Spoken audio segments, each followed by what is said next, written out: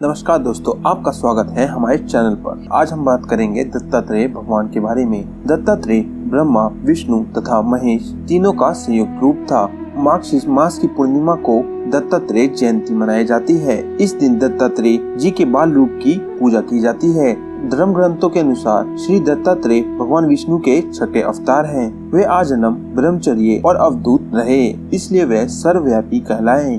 तीनों ईश्वर की शक्ति दत्तात्रेय में समाई हुई है और यही कारण है कि दत्तात्रेय की आराधना बहुत ही सफल, सुखदायी, शीश फल देने वाली मानी गई है। मन, कर्म और वाणी से की गई उनकी उपासना भक्तों को कठिनाइयों से मुक्ति दिलाती है। कहा जाता है कि भगवान भोले का साक्षात रूप दत्तात्रेय में मिलता है। जब वैदिक कर्मों का धर्म तथा वर्ण व्यवस्था का लोप हुआ, जब भगवान दत्तात्रेय ने सबका उद्धार कर दिया था। तो आइए आज की वीडियो में हम जानते हैं दत्तात्रेय के बारे में। लेकिन उससे पहले अगर आप हमारे चैनल पर पहली बार आए हैं तो चैनल को सब्सक्राइब कर लीजिए और वीडियो को लाइक कर दीजिए। तो चलिए शुरू करते हैं। पौराणिक कथाओं के अनुसार एक बार तीनों देवियाँ माता पार्वती, लक्ष्मी तथा सरस्वती जी को अपने प्रतिव्रत धर्म पर बहुत घमंड हो गया। नारद जी इनका घमंड दूर करने के लिए बारी बारी से तीनों देवियों के पास जाकर देवी अनुसुईया के प्रतिव्रत धर्म का गुणगान करने लगे। तब ईर्ष्या से भरी देवियों ने नारद जी के चले जाने के बाद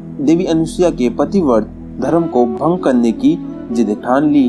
ब्रह्मा, विष्णु तथा महेश तीनों का अपनी पत्नियों के सामने हार माननी पड़ी और वे तीनों देवता अनुसुईया की कुटिया के सामने एक साथ भिखारी के वेश में जाकर खड़े हो गए। जब देवी अनुसुईया ने भिक्षा देने लगी, तब इन तीनों ने भिक्षा लेने से मना कर दिया और भोजन करने की इच्छा प्रकट करी। अतिथि सत्कार को अपना धर्म मानते हुए देवी अनुसुईया उनके लिए भोजन की थाली परोस लाई। लेकिन तीनों देवों ने भोजन करने से साफ इनकार कर दिया और कहा कि जब तक आप हमें गोद में बिठाकर भोजन नहीं कराएंगी, हम भोजन नहीं करेंगे।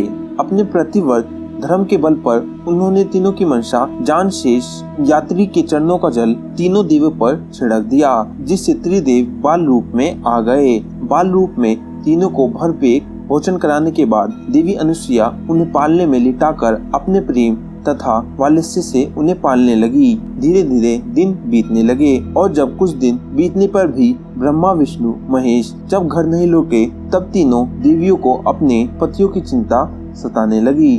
अपनी भूल पर पछतावा होने के बाद देवियों ने माता अनुसुईया के पास जाकर उनसे क्षमा याचना की और उनके प्रतिव्रत धर्म के समक्ष अपना सर झुकाया। माता अनुसुईया ने कहा कि इन तीनों ने मेरा दूध पिया है, इसलिए किसी न किसी रूप में इन्हें मेरे पास रहना होगा। माता अनुसुईया की बात मानकर त्रिदेवों ने उनके घर में दत्तात्रेय, दुर्वासा, चंद्रमा रूपी अपने अवतारों को स्थापित कर दिया, जिन्हें दत्तात्रेय तीनों देवों के अवतार थे। दत्तात्रेय का शरीर तो एक था, लेकिन उनके 3 सिर और 6 भुजाएं थी। विशेष रूप से दत्तात्रेय को विष्णु का अवतार माना जाता है।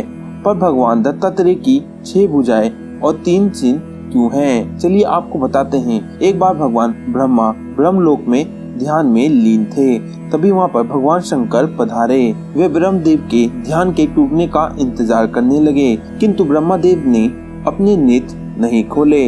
तब महादेव की शांति का बांध टूटने लगा, तो उन्होंने अपने कमलों से भी ब्रह्मदेव को जगाने का प्रयास किया, किंतु उनका ध्यान नहीं टूटा। भगवान ब्रह्मा जी की जब आंखें खुली तो उन्होंने महादेव से क्षमा मांगी, किंतु वे महादेव को शांत नहीं कर सके। उन्होंने भगवान सत्यनारायण का ध्यान किया, जिससे भगवान विष्णु ने उनके क्रोध को शांत किया, किंतु उनका अंश आधे से ज्यादा नष्ट हो चुका था।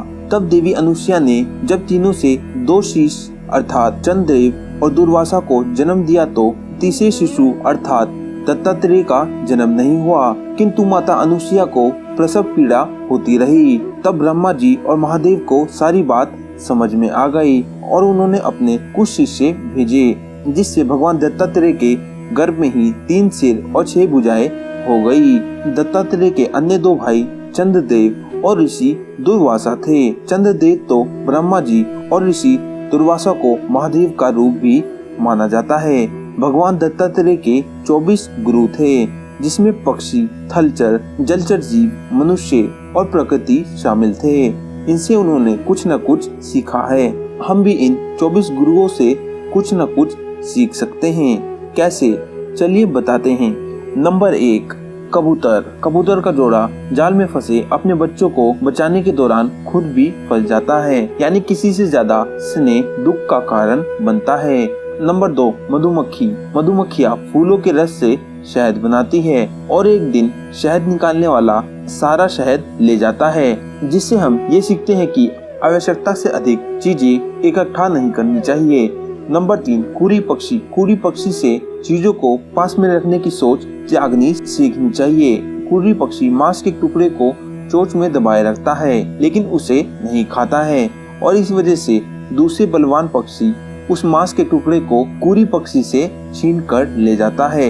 नंबर 4, भंगी कीड़े से सीख मिलती है कि अच्छे हो या बुरा, जैसी सोच मन में लाएंगे मन वैसा हो जाएगा।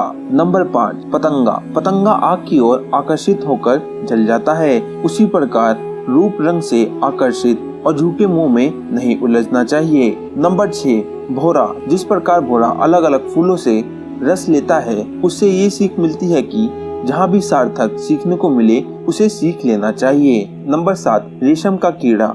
जिस प्रकार रेशम का कीड़ा कोकून में बंद हो जाने पर दूसरे रूप का चिंतन कर वह रूप लेता है, हमें भी अपना मन एकाग्र कर वह स्वरूप पा सकते हैं। नंबर 8, मकड़ी की तरह भगवान भी माया जाल रचते हैं और उसे मिटा देते हैं। जिस प्रकार मकड़ी अपना जाल बनाती है और उसमें रहती है और अंत में पूरे जाल को खुद ही निगल जाती है, ठीक इसी प्रकार भगवान भी माया से सृष्टि की रचना करते हैं और अंत में उसे समेट लेते हैं। नंबर 9, हाथी हथनी के संपर्क में आते ही पति आकर्ष हो जाता है। इससे ये सीख मिलती है कि सन्यासी और तपस्वी पुरुष को स्त्री से दूर रहना चाहिए। नंबर 10, हिरन उछल कूद संगीत मौज मस्ती में इतना खो जाता है कि उसे अपने आसपास शेर या अन्य किसी हिंसक जानवरों के होने का अभ्यास नहीं हो पाता। हिरन की तरह ही जिंदगी को बेखौफ तरीके से जीना चाहिए। नंबर 11, मछली। कांटे में फंसे मांस के टुकड़े को खाने के लालच में मछली फंस जाती है, यानी स्वाद को अधिक महत्व नहीं देना चाहिए। नंबर 12, सांप से ये सीख मिलती है कि किसी भी सन्यासी को अकेले जीवन व्यतीत करना चाहिए, साथ ही कभी भी एक स्थान पर रुक कर नहीं रहना चाहिए। नंबर 13, अजगर। हमें जीवन में अजगर की तरह संतोषी रहना चाहिए, यानी जो मिल जाए उसे ही खुशी खुशी स्वीकार करना चाहिए। नंबर 14, बालक। छोटे बच्चे से ये सीख मिलती है कि हमेशा चिंता मुक्त और खुश रहना चाहिए। नंबर 15, पिंगला वेश्या। एक दिन पिंगला वेश्या के मन में वैराग जागा। तब उसे समझ आया कि पैसों में नहीं बल्कि परमात्मा के ध्यान में ही असली सुख है, और तभी उसे सुख की नींद आई। इससे भगवान दत्तात्रेय ने सबक लिया कि केवल पैसे के लिए नहीं जीना चाहिए। नंबर 16, तीर बनाने वाला। अभ्यास और वैराग्य से मन को वश में करना चाहिए। भगवान दत्तात्रेय ने एक तीर बनाने वाले को देखा जो अपने काम में इतना मगन था कि उसके पास से राजा की सवारी निकल जाने पर भी उसका ध्यान भंग नहीं हुआ। नंबर 17, आकाश। दत्तात्रेय ने आकाश से सीखा है कि हर काल और परिस्थिति में लगाव से दूर रहना चाहिए। नंबर 18, जल। हमें जल की तरह पवित्र रहना चाहिए। नंबर 19, सूर्य। जिस तरह एक ही होने पर सूर्य अलग अलग समय में अलग अलग दिखाई देता है, आत्मा भी एक ही है लेकिन कई रूपों में दिखाई देती है। नंबर 20, वायु। अच्छी या बुरी जगह पर जाने के बाद वायु का मूल रूप स्वच्छता ही है। उसी तरह अच्छे या बुरे लोगों के साथ रहने पर भी हमें अपनी अच्छाइयों को नहीं भूलना चाहिए। नंबर 21, सामान्य समुद्र की तरह ही जीवन के उतार चढ़ाव में खुश और गतिशील रहना चाहिए। नंबर 22, आग। जैसे भी हालात हो हमें उन हालातों में ढल जाना चाहिए। जिस प्रकार आग अलग होने के बाद भी एक जैसी नजर आती है। नंबर 13, चंद्रमा। आत्मा लाभ हानि से परे है।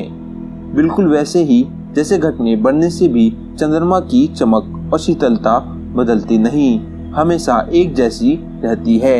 नंबर 24, पृथ्वी। पृथ्वी से सहनशीलता व परोपकार की भावना सीखने को मिलती है। पृथ्वी पर लोग कई प्रकार के आघात करते हैं, लेकिन पृथ्वी हर आघात को परोपकार की भावना से सहन करती है। ऐसी मान्यता है कि भगवान दत्तात्रेय गंगा स्नान के लिए आते हैं, इसलिए गंगा मैया के तट पर दत्ता पादुका की पूजा की जाती है। भगवान दत्तात्रेय की पूजा महाराष्ट्र में बहुत ही धूमधाम से की जाती है। उनके गुरु रूप में पूजा अर्चना की जाती है। गुजरात के नर्मदा में भगवान दत्तात्रेय का मंदिर है, जहां मान्यता है कि लगातार 7 हफ्तों तक गुड़ और मूंगफली का भोग लगाने से जातक को रोजगार प्राप्त होता है। दोस्तों, ये थी भगवान दत्तात्रेय की कथा। आपको इनके बारे में जानकर कैसा लगा, हमें कमेंट सेक्शन में जरूर बताइए। और वीडियो अच्छी लगी हो तो लाइक कीजिए और अपने परिजनों के साथ शेयर करिए। आपका वीडियो अंत तक देखने के लिए बहुत बहुत धन्यवाद।